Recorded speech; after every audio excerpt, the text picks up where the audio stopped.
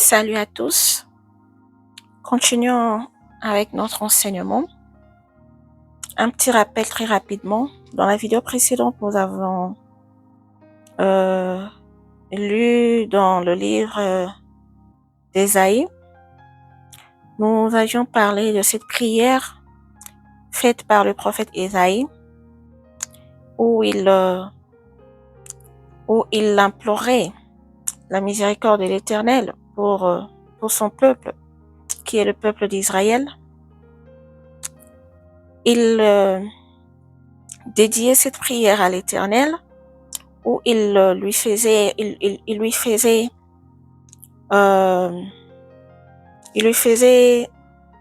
savoir la prise de conscience de ce peuple qui, après avoir subi ou éprouvé tous ces jugements, ces châtiments, vient reconnaître leurs fautes. Et c'est à travers cette prière que le prophète Ésaïe était en train de faire voir à l'Éternel combien ce peuple le regrettait et qu'il cherchait le secours, l'intervention de l'Éternel. Nous l'avions lu dans Ésaïe 26, du 16e au 17e verset. Nous avions aussi lu dans le livre d'Apocalypse, au chapitre 12, du 1er au 5e verset, où nous avions parlé de ces dragons, de la femme et de cet enfant qui devait naître de cette femme. Rappelons-nous que le titre de ce point est le douleur d'enfantement.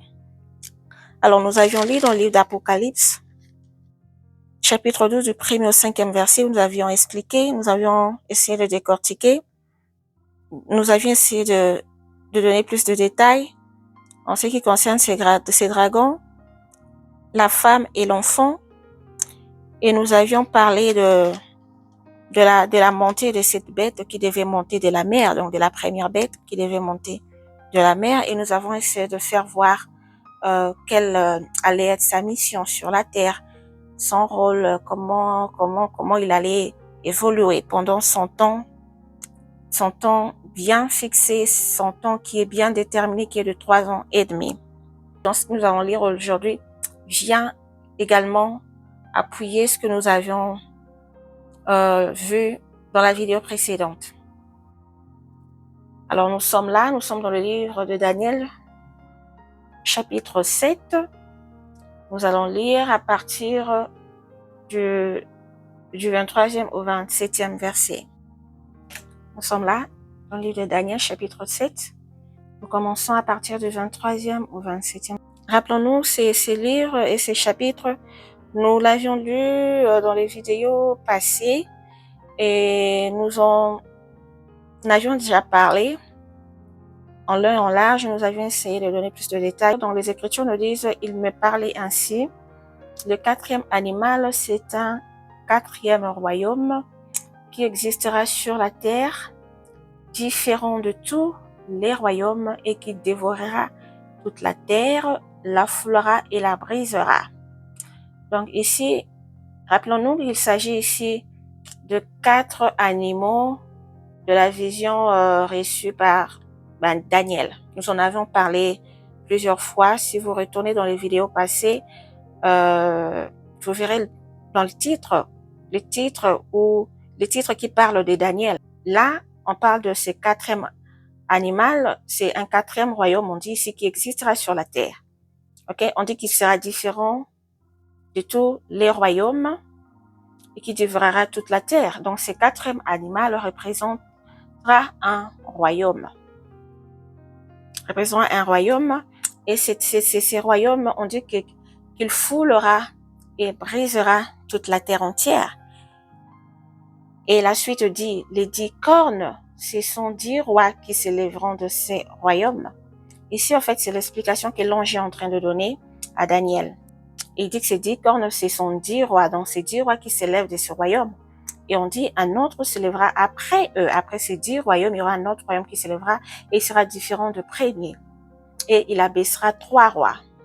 Donc, lorsqu'il sort, cet autre roi qui surgit, vient surgir parmi ces 10 et il abaisse 3. Et quand il abaisse 3, il en reste 7. Lui-même qui nous donne une totalité de 8. Donc, il prononcera de paroles contre le Très-Haut et il opprimera les saints de Très-Haut et il espérera changer les temps et la loi. Et les saints seront livrés entre ses mains pendant un temps de temps et la moitié d'un temps. Donc, vous voyez ces écritures, c'est juste pour appuyer ce que nous avions dit dans la vidéo précédente lorsque nous avions lu dans le livre d'Apocalypse, dans le chapitre 13, où nous avions parlé de cette bête qui doit monter de la mer. Nous avions dit que cette bête viendra avec arrogance et elle sera puissante. Elle sera puissante et elle va faire la guerre aux saints. Donc, vous voyez que c'est la même vision qu'a eu Daniel, qui va de pair avec celle qu'a eu Jean dans le livre d'Apocalypse. Vous voyez, un temps et la moitié d'un temps. Donc, ça veut dire que le temps qui lui est fixé, c'est la moitié d'un temps. Dans la moitié de 7 ans de tribulation, qui est 3 ans et demi, de la grande tribulation, qui est la partie ou le temps que la bête, le temps qui est destiné pour la bête. OK? Et puis, on dit, puis il viendra le jugement. Donc, après le 3 ans et demi que viendra le jugement. Dans le jugement de l'Éternel. Le jugement de l'Éternel, nous en avions parlé. Après ces temps, il y aura le jugement. Nous en avions parlé. J'avais lu, toujours dans le livre d'Apocalypse, dans la vidéo précédente, j'avais dit qu'il y aura des trompettes qui vont suivre et on lui ôtera sa domination. Donc, c'est-à-dire que la deuxième venue de notre Seigneur Jésus-Christ, qui se fera après cette grande tribulation, et le Seigneur viendra pour siéger son trône. Alors, il devra lui ôter sa domination qui sera détruite et anéantie pour jamais. Donc, déjà qu'on voyait pour jamais, vous comprenez que c'est la fin. C'est la fin de toute chose. Et le règne et la domination et la grandeur de tout le royaume qui sont sous les cieux seront donnés au peuple de saints. Au peuple de saints, c'est-à-dire au peuple de Dieu, aux élus, ok? Aux élus, aux fidèles, à tous les enfants de Dieu. Donc, le royaume leur sera donné. Et on dit que son règne est un règne éternel. Le règne de qui? De notre Seigneur Jésus-Christ. C'est un règne éternel et tous les dominateurs le serviront et lui obéiront. Ok? Donc, tous ceux-là qui se disent rois, qui se disent chefs, qui se disent le prince de ce monde, qui se disent qu'ils sont ce sont eux qui sont au-dessus de tout le monde, ils serviront et obéiront notre Seigneur Jésus-Christ. Alors, lorsque vous voyez ça, vous comprenez déjà que après ce jugement, il y aura une autre vie qui vient, ok, sous le règne de notre Seigneur Jésus-Christ. Et vous comprenez qu'il y aura un temps accordé, une faveur, un temps accordé, un temps, une prolongation accordée à certains dominateurs, ok, dominateurs de ce monde. Cette prolongation de notre Seigneur Jésus-Christ pour rester en vie, ok? De rester en vie, de continuer à vivre, mais maintenant sous la domination de notre Seigneur Jésus-Christ. Et après ces temps, nous comprenons que c'est un règne de 1000 ans, ok? C'est un règne de 1000 ans. Et après ce règne, que viendra le tout dernier jugement de l'Éternel. Ok? Il y aura une grande bataille et viendra le tout dernier jugement de l'Éternel. Parce que pendant ces règnes, Satan, le diable et la bête, et le faux prophète, tous ses alliés, ils seront enchaînés. Okay? Ils seront enchaînés. Et c'est Christ qui règne. Mais il y a une prolongation pour certains chefs ou autorités ou dominateurs de certaines nations. Bien là, nous sommes dans le chapitre 8, toujours dans le livre de Daniel. Nous allons commencer à partir du 9e au 14e verset. Les Écritures nous disent: de l'une d'elles sortit une petite corne. Alors là, il s'agit de la vision qu'avait eu Daniel, cette vision du bélier et du bouc, de cette bataille qui est entre ces deux animaux. Alors on dit de l'une d'elles sortit une petite corne. De l'une d'elles qui sont elles là, puisqu'elles sont plurielles. Il s'agit ici des cornes, ok? Des cornes Lorsque vous remontez, vous lisez, vous allez comprendre l'histoire. Nous en avions parlé plusieurs fois dans les vidéos passées. Alors, il s'agit toujours de cette même histoire que nous venons de lire dans le chapitre 7 tout de suite là. Alors, ici, on dit de l'une d'elles des cornes, ok? Il y a eu des cornes qui étaient sur la tête du bouc, ok? Il y a eu des cornes. Donc, c'est-à-dire, ces boucs avaient une grande corne au milieu de ses yeux et cette corne va se briser par après. Et lorsqu'elle se brise, il y a 4 autres cornes qui s'élèvent. Voyez-vous, s'il y a une petite corne qui sort parmi les 4 autres cornes qui ont remplacé la grande corne qu'il y avait avant. Donc, cette histoire a des pair avec ce que nous venons de lire. Une petite corne qui s'agrandit beaucoup vers le midi, vers l'Orient et vers le plus beau des pays. Nous en avions parlé. Donc, ici, il s'agit de la provenance, de la localisation de cette corne. Nous en avions parlé dans la vidéo précédente. Vous voyez ici, il s'agit de la présence de la bête. Ok, qui est cette petite corne qui sort, ok, de ces 4 cornes. Il y a 12 étoiles, donc il y a 4 étoiles qu'elle devra faire tomber, ok? Et on dit, et elle les foula, ces étoiles. Elle s'éleva jusqu'au chef de l'armée. Lui enleva le sacrifice perpétuel et renversa le lieu de son sanctuaire. Nous en avions parlé dans le livre d'Apocalypse. Vous allez comprendre lorsque vous y rentrez pour lire. C'est dans le livre, c'est dans l'Apocalypse chapitre 12. Vous lisez et vous allez voir ces détails. Alors, et là, on dit que l'armée fut livrée avec le sacrifice perpétuel. Là, c'est une guerre maintenant qu'elle est en train de faire à une nation. Et si vous lisez, vous pouvez discerner qu'il s'agit de la nation d'Israël. Et nous avions aussi lu quelque part que cette bête fera, le pouvoir lui sera donné de dominer sur toute nation, sur toute tribu, sur tout peuple, sur toute langue. Donc vous comprenez que sa domination sera une domination qui va envahir la terre entière. Ça ne sera pas seulement pour la nation d'Israël. Et si la suite dit, à cause du péché, la corne jeta la vérité par terre et réussit dans ses entreprises. J'entendis parler un saint et un autre saint dit à celui qui parlait, là c'est Daniel qui parle de la vision, il voyait les saints.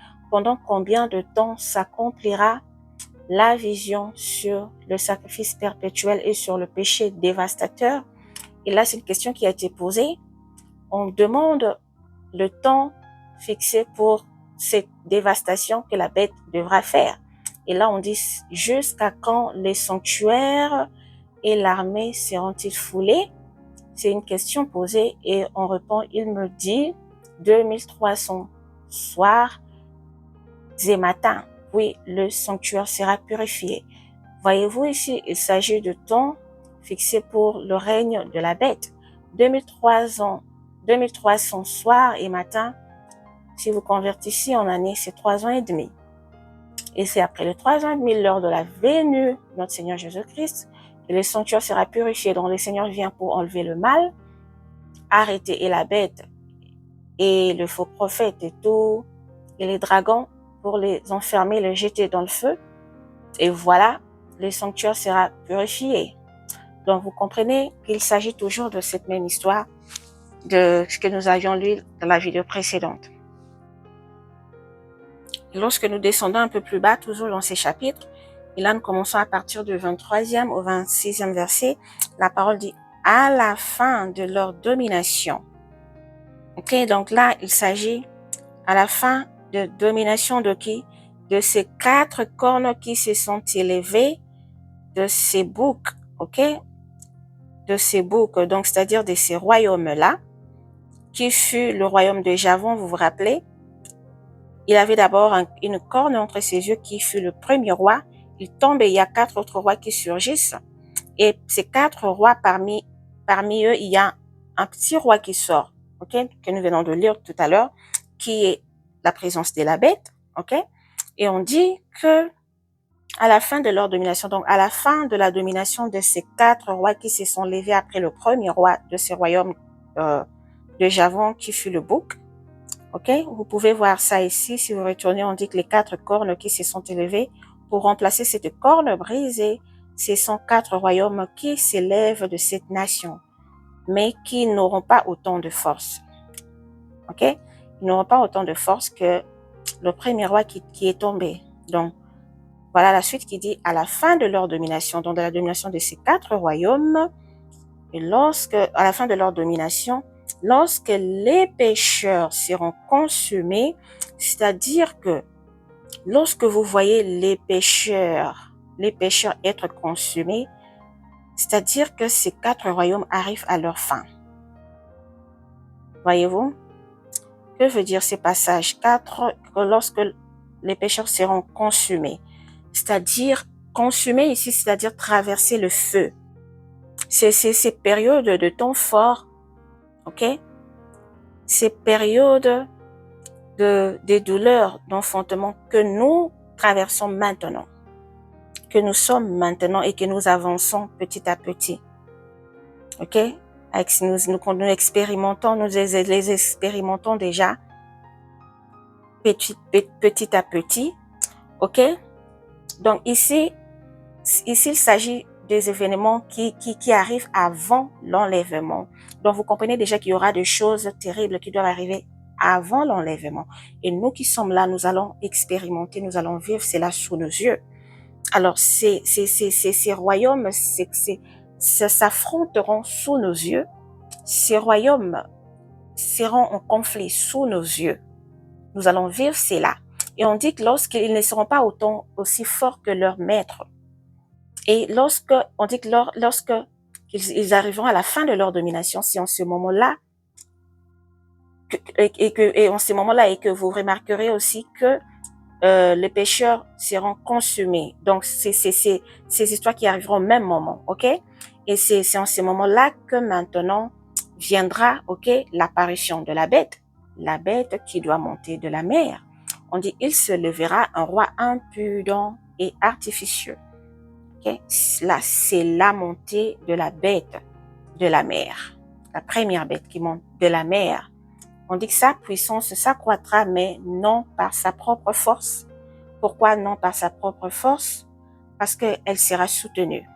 Elle va, bien sûr, agir sous la puissance de Satan, le dragon qui lui donne son pouvoir. Nous l'avions lu dans la vidéo précédente et nous en avions parlé en long et en large dans les autres vidéos passées.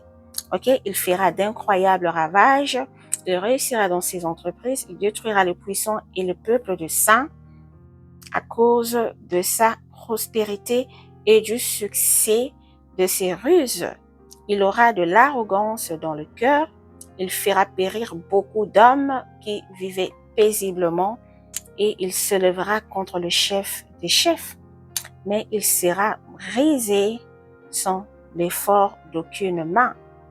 S'élever contre le chef des chefs, ici il peut s'agir de notre Seigneur Jésus-Christ, puisque dans le livre d'Apocalypse, il y a quelque part où on dit qu'il s'élèvera contre l'agneau. C'est écrit, nous en avions parlé aussi dans la vidéo passée, mais l'agneau le vaincra et l'agneau est saint. Voilà pourquoi on dit, mais il sera brisé sans l'effort d'aucune main. C'est la puissance de notre Seigneur Jésus-Christ qui brisera cette bête. Et la vision de soir et matin dont il s'agit est véritable pour toi, Pour toi, tiens secret cette vision, car elle se rapporte à des temps éloignés. Là, c'est l'ange qui parle à Daniel que cette vision se rapporte à des temps éloignés. Je sais que nous venons de lire, ok, la vision de soir et de matin. Donc, la vision dans la totalité de ces temps-là, fixés pour le règne de la bête, ok?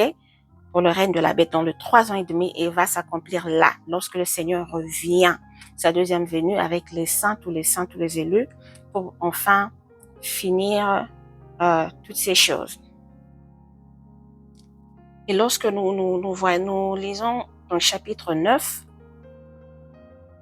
à partir du 26e au 27e verset, Les Écritures nous disent, après les 62 semaines, le Messie sera retranché et il n'aura pas de successeur. Le peuple d'un chef qui viendra détruira la ville et le sanctuaire, et sa fin arrivera comme par une inondation. Il est arrêté que les dévastations dureront jusqu'au terme de la guerre. Vous comprenez ces passages? Alors, comme je l'ai plusieurs fois répété dans d'autres vidéos, que nous traversons les 70 semaines de Daniel. OK? Donc, vous comprenez, nous sommes dans ce processus de 70 semaines. Voyez-vous? On dit qu'il y a un peuple, le peuple de ces chefs qui viendra détruire la ville et le sanctuaire. Donc, ces chefs-là, il s'agit ici de la bête, OK, de l'antéchrist. Lorsqu'on parle de son peuple, donc, il n'agira pas seul. Il aura un soutien fort des nations, OK? Des armées des nations qui travaillent avec lui. Donc, il s'agit de ses têtes, OK, de ses cornes et tout. L'ensemble de tout. Et on dit que la dévastation durera jusqu'au terme de la guerre. Donc, c'est-à-dire, cette dévastation va durer pendant 3 ans et demi, jusqu'au terme, c'est-à-dire jusqu'à la fin de la guerre, donc jusqu'à la deuxième venue de notre Seigneur Jésus-Christ. Que maintenant prendront fin ces dévastations. Donc, elle doit continuer durant, elle doit se dérouler tout au long de ces 3 ans et demi, ok, durant tout ce temps jusqu'à la fin. Donc, c'est-à-dire jusqu'à la venue de notre Seigneur Jésus-Christ. On dit, il fera une solide alliance avec plusieurs pour une semaine.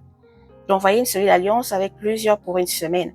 Plusieurs, là, il s'agit des nations, il s'agit de rois, des autorités. Nous en avions parlé. Il s'agit de plusieurs organisations, il s'agit des organismes, il s'agit des plateformes mondiaux, donc de plusieurs choses. Ok, on dit pendant 7 ans ici veut tout simplement dire, pendant une semaine, je veux dire, qui veut signifier 7 ans, ok, les 7 ans de tribulation qui doit prendre place dans le monde. Et vous comprenez que même pendant que l'Église sera encore sur terre, déjà, ces choses, il y aura déjà ces déroulements de cette alliance dans l'ombre. Ok, puisque l'Église devra faire face à une partie de ces tribulations. Il y a des choses que nous devrons, que l'Église devra voir, devra être témoin, ok? Nous devrons voir ces choses de nos propres yeux. Donc, vous voyez déjà que les déroulements de cette alliance commencent déjà dès le début de ces 7 ans, ok? Qui est ici signifié sous forme d'une semaine, mais qui est en fait 7 ans. Les Écritures sont comme ça, parfois Dieu a sa façon de déterminer les temps, et donc il faut comprendre, il faut lire et comprendre pour comprendre qu'il s'agit de 7 ans. Lorsque vous avez la connaissance de cette histoire, vous comprenez qu'il s'agit ici de 7 ans, qui est 7 jours de la semaine ici.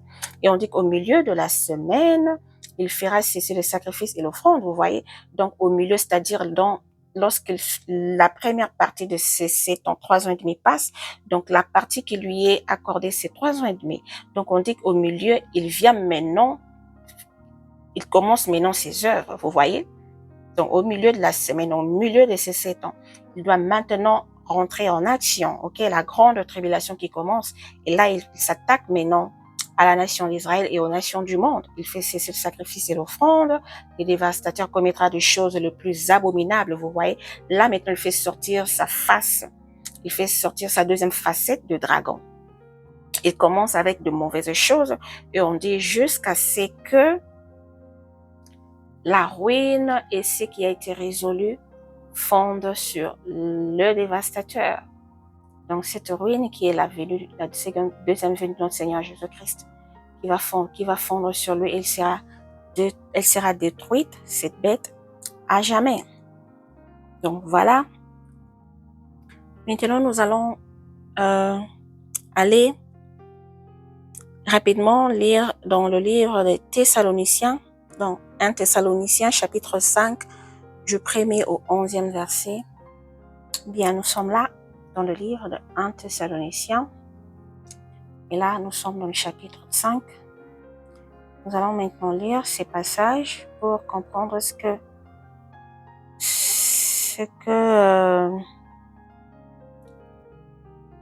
ce qu'il nous donne comme suite en ce qui concerne les douleurs d'enfantement.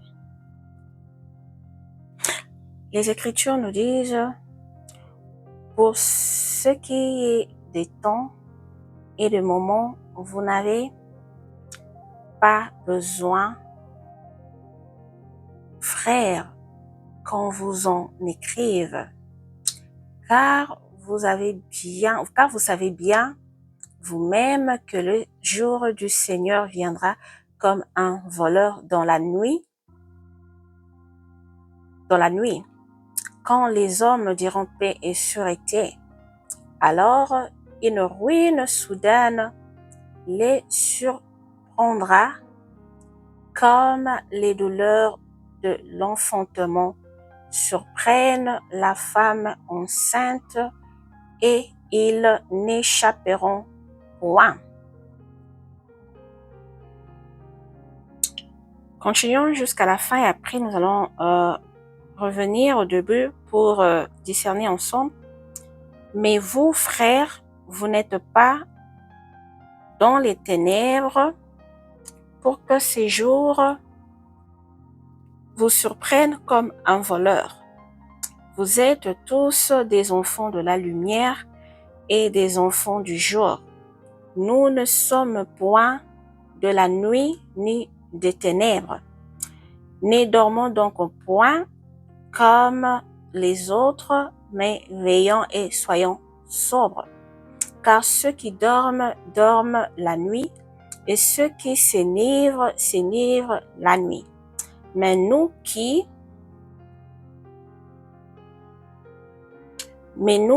sommes du jour, soyons sobres, ayant revêtu la cuirasse de la foi et de l'amour, et ayant pour casque l'espérance du salut.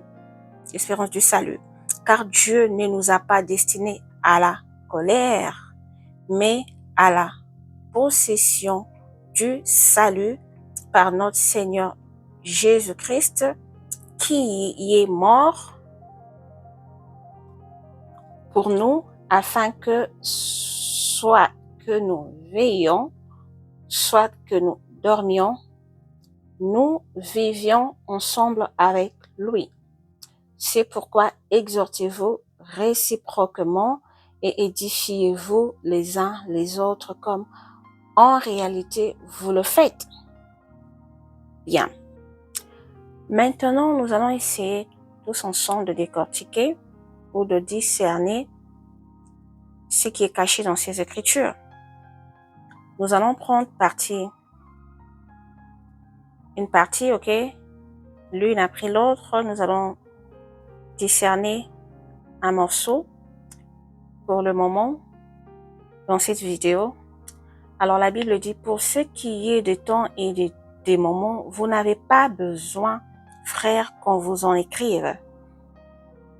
Ce qui est des temps et des moments, de quel temps et des moments dont on parle ici? Et on dit que nous n'avons pas besoin qu'on nous en écrive. Car vous savez bien vous-même que le jour du Seigneur viendra comme un voleur dans la nuit.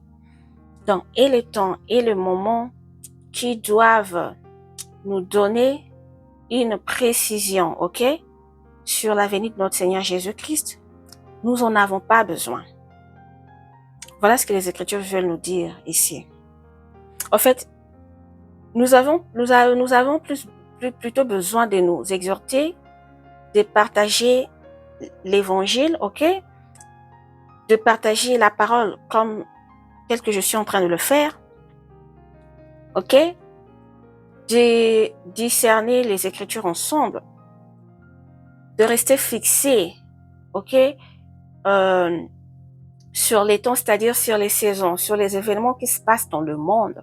Ces événements qui viennent juste nous donner des alertes, ok? Lorsque vous êtes un enfant de Dieu, comme la Bible dit que nous ne devrions pas dormir, nous devons rester éveillés. Voilà ce que ces Écritures veulent dire. Donc, nous n'avons pas à nous torturer ou à nous tuer, à chercher à savoir quand est-ce que le Seigneur vient. On dit ici, car vous-même, ok, nous-mêmes, nous savons que le jour du Seigneur viendra comme un voleur dans la nuit. Alors, la parole nous édifie et nous avertit en ce qui concerne, ok, quelques de ces événements et le retour de notre Seigneur Jésus-Christ. Et le Seigneur, lorsque les Écritures disent que le Seigneur viendra comme un voleur, que cela veut dire? S'il faut discerner cela, que cela veut dire? Le Seigneur, ici, il nous parle, les Écritures nous parlent du retour de notre Seigneur d'une manière imprévisible. C'est-à-dire, ce retour qui n'est pas fixé à un temps précis pour nous, le monde, pour nous qui vivons dans le monde. Ok? C'est-à-dire qu'il n'y a pas un jour prévu ou arrêté qui nous doit être communiqué. Seul Dieu connaît ce jour. Ok? Et son retour devra se faire de façon inattendue, spontanée. Et pourquoi cela? Pourquoi ici les Écritures nous disent qu'il viendra comme un voleur dans la nuit? Pourquoi? Eh bien, c'est parce que le Seigneur voudra avoir certaines confirmations ou il voudra avoir certaines preuves qu'il devra présenter aux habitants de la terre. Quand je dis confirmation, je ne veux pas dire qu'il est ignorant ou il cherche à connaître quelque chose qu'il ignore ou qu'il doute. Non. Mais c'est plutôt afin de prouver, ok? Prouver la fidélité, ok? La fidélité et la prudence de ses serviteurs obéissants, ok? Ses serviteurs obéissants, éveillés, craignant l'Éternel. Ces serviteurs qui ont cru et qui ont accepté le Seigneur Jésus-Christ pour de vrai, ok, dans la vérité, comme leur Seigneur et Sauveur, et qui ont fait face à toutes ces épreuves, qui sont restés tête haute durant toutes ces épreuves, ok, jusqu'à la dernière minute. Nous allons prouver cela dans les Écritures. Nous allons aller lire dans le livre de Matthieu, dans le chapitre 25, à partir du 42e verset.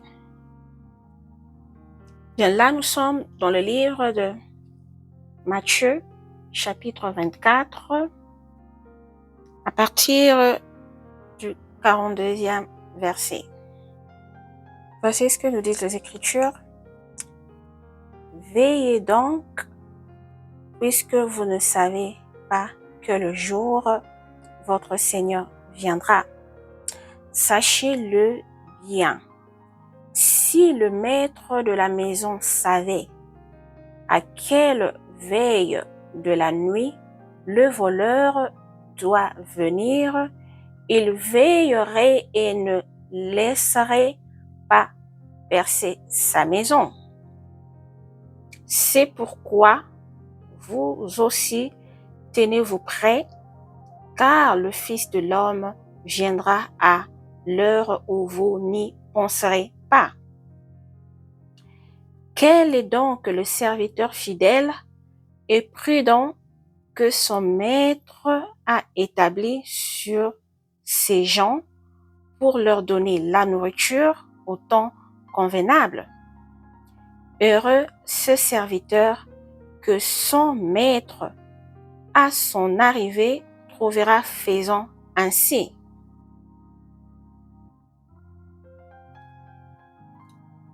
Je vous le dis en vérité, il l'établira sur tous ses biens. Mais si c'est un méchant serviteur qui dise en lui-même, mon maître tarde à venir, s'il se met à battre ses compagnons, s'il mange et boit avec les ivrognes, le maître de ses serviteurs viendra le jour où il ne s'y attend pas et à l'heure qu'il ne connaît pas, il le mettra en pièces et lui donnera sa part avec les hypocrites. C'est là qu'il y aura de pleurs et de grincements de dents. Voyez-vous, ça c'est cette écriture ou ces écritures viennent confirmer ce que nous venons de lire, dans le livre de Thessaloniciens. Ok? Pourquoi le Seigneur, pourquoi sa venue doit être spontanée, ok? Pourquoi doit-il revenir comme un voleur? Alors, ce que nous venons de lire tout de suite nous donne l'explication de cette méthode ou de ces souhaits de notre Seigneur Jésus-Christ. En fait, c'est juste pour nous prouver à nous-mêmes qui nous sommes réellement pour lui. Alors, si tu sais que tu es réellement fils de Dieu, un bon serviteur qui obéit aux ordres de son maître, qui fait bien son travail pendant l'absence de son maître, alors tu n'as pas à t'inquiéter quand est-ce que ton maître doit revenir, à quelle heure, quel jour. Non, tu te dis, peu importe quand est-ce qu'il vient, il me trouvera dans mon travail, il me trouvera dans mon rôle. Voyez-vous? Alors, ici, le Seigneur veut tout simplement nous prouver à nous-mêmes qui nous sommes lorsqu'il revient. Et ces brebis, comme on dit que ces brebis, lorsqu'il les appelle, ils reconnaissent sa voix. Donc, il ne veut pas nous forcer. C'est nous-mêmes qui l'avons choisi comme notre maître. Alors, c'est à nous de remplir notre part. C'est à nous de remplir notre rôle. Voilà ces passages qui viennent nous donner l'explication de ces venues spontanées, ok? Cette venue indéterminée pour nous, les habitants de la terre. Alors, nous arrêtons ici pour cette vidéo car elle a été un peu plus longue. Et nous allons continuer dans la vidéo précédente, toujours dans ces livres de Thessaloniciens, pour discerner ou avoir plus de révélations sur ces passages que nous avions lus dans 1 Thessaloniciens, dans le chapitre 5 du 1er au 11e verset. Alors, nous nous retrouvons à très bientôt. Bye.